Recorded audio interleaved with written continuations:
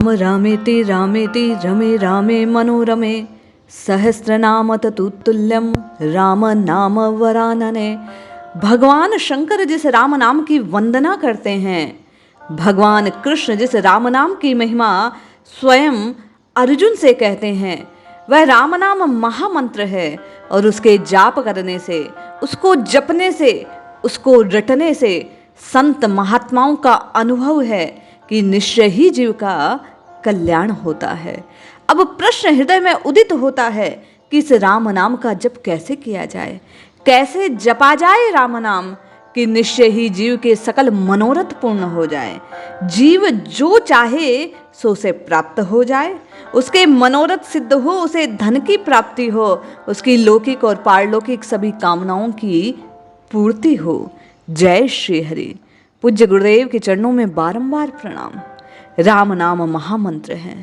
राम नाम राम जी से भी बड़ा है। नाम की ऐसी शक्ति है जो नामी को प्रकट कर देती है। ये राम नाम का आश्रय, इस राम नाम की शरणागति जीव को किस भाव से, किस विधि से ग्रहण करने चाहिए, इस विषय में एक कथा का श्रवण करते हैं और सीखते हैं कि राम जी के नाम का आधार जीव को कैसे लेना है। एक समय की बात है, काशी में एक बड़े व्यापारी रहा करते थे, भक्त सेठ। ये व्यापारी प्रभु के अनन्य भक्त हैं, भगवान विष्णु की भक्ति करते हैं, हमेशा सत्य बोला करते हैं। एक बार भगवान साकेत में अपने वैकुंठ धाम में बैठे हुए माँ लक्ष्मी से इस व्यापारी की प्रशंसा कर रहे थे। तभी माता लक्ष्मी ने कहा, प्रभु, एक व्यापारी की आप कितनी देर से प्रशंसा कर रहे हैं, क्यों ना आज मैं उसकी परीक्षा ले लूं, जाना तो जाए कि सचमुच आप अपने भक्तों पर सिर्फ प्रेमवश उनकी प्रशंसा करते हैं या उनमें कोई महत्व की बात भी है। भगवान बोले, ठीक है, अभी व्यापारी गहरी नींद में सो रहा है, आप उसके स्वप्न में जाओ, उसकी परीक्षा ले लो।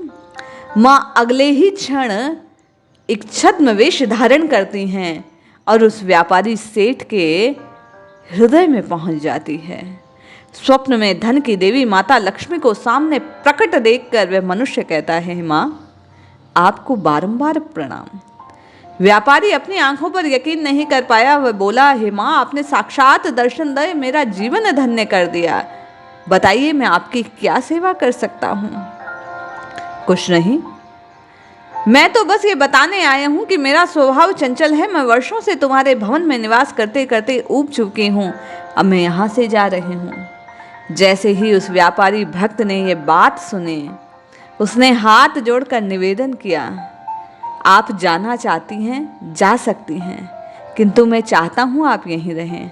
आगे आपकी इच्छा, आपको जो चाहे सो करना है। माँ लक्ष्मी उस व्यापारी के घर से विदा हो गई तत्काल। कुछ समय बीता कि थोड़ी देर में पुनः वे व्यापारी के स्वप्न में यश का स्वरूप धारण करके पधारी। व्यापारी ने उन्हें पहचाना नहीं। वह पूछने लगा, महोदय, पहचाना आपने मुझे? मैं यश हूँ, यश, किंतु कीर्ति और प्रसिद्धि का मैं कारण था। आज मैं आपके यहाँ से विदा हो रहा हूँ। जहाँ लक्ष्मी नहीं, वहाँ मेरा निवास संभव नहीं। अब यहाँ मेरा कोई काम नहीं। व्यापारी ने कहा, ठीक है, आप जाना चाहते हैं, आप बिल्कुल सत्य कह रहे हैं, आप जा सकते हैं। व्यापारी अभी भी स्वप्न में ही था। स्वप्न देखते देखते व्यापारी धनवान से दरिद्र हो चुका था। धीरे धीरे उसके सारे रिश्तेदार, मित्र सब उससे दूर होने लगे थे। जो लोग उसका यशगान किया करते, गुणगान किया करते, जो उसकी प्रशंसा करते थे, आज वही उसके धनहीन होने पर, श्रीहीन होने पर, लक्ष्मीहीन होने पर उसकी बुराई करने लगे। कुछ समय बीता था कि माता लक्ष्मी धर्म के स्वरूप में व्यापारी के स्वप्न में पुनः प्रकट हो गई और कहने लगी, मैं धर्म हूँ। जहाँ लक्ष्मी और यश का निवास नहीं, जहाँ दरिद्रता हो, उसके यहाँ मेरा निवास संभव नहीं।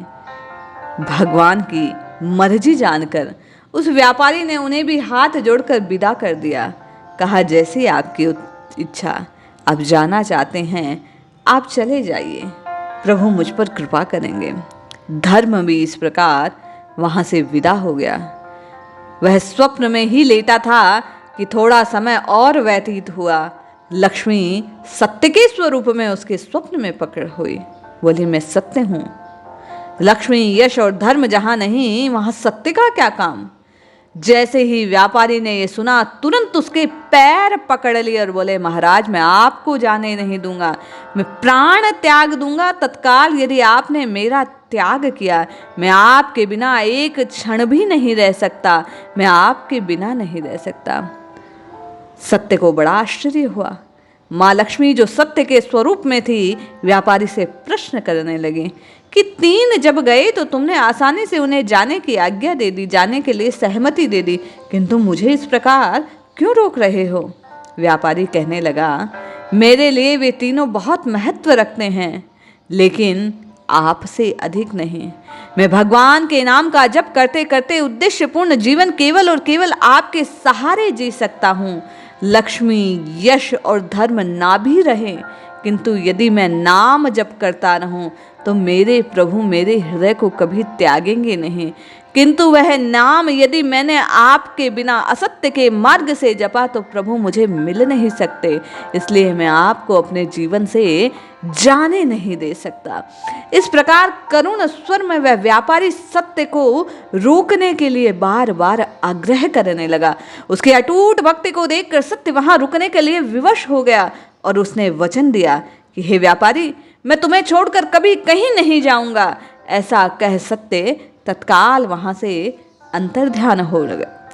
व्यापारी अभी भी नींद में था। थोड़ी देर बाद स्वप्न में धर्म वापस आकर बोला, जहां सत्य है वहां धर्म का निवास है। धर्म सत्य को त्याग कर नहीं रह सकता। व्यापारी ने प्रसन्नता पूर्वक धर्म का स्वागत किया। कुछ समय व्यतीत हुआ कि उसी स्वप्न में धर्म के आ जाने पर यश पुनः आ गया और कहने लगा, जहां सत्य और धर्म का वास है वहां यश को तो होना ही चाहिए। यश को बाध्य होकर वहां निवास करना होता है। इसलिए हे व्यापारी, मैं तुम्हें पुनः प्राप्त हो जाता हूँ। ऐसा कहकर वे सत्य, धर्म और यश वहां निवास करने लगे उसके हृदय में।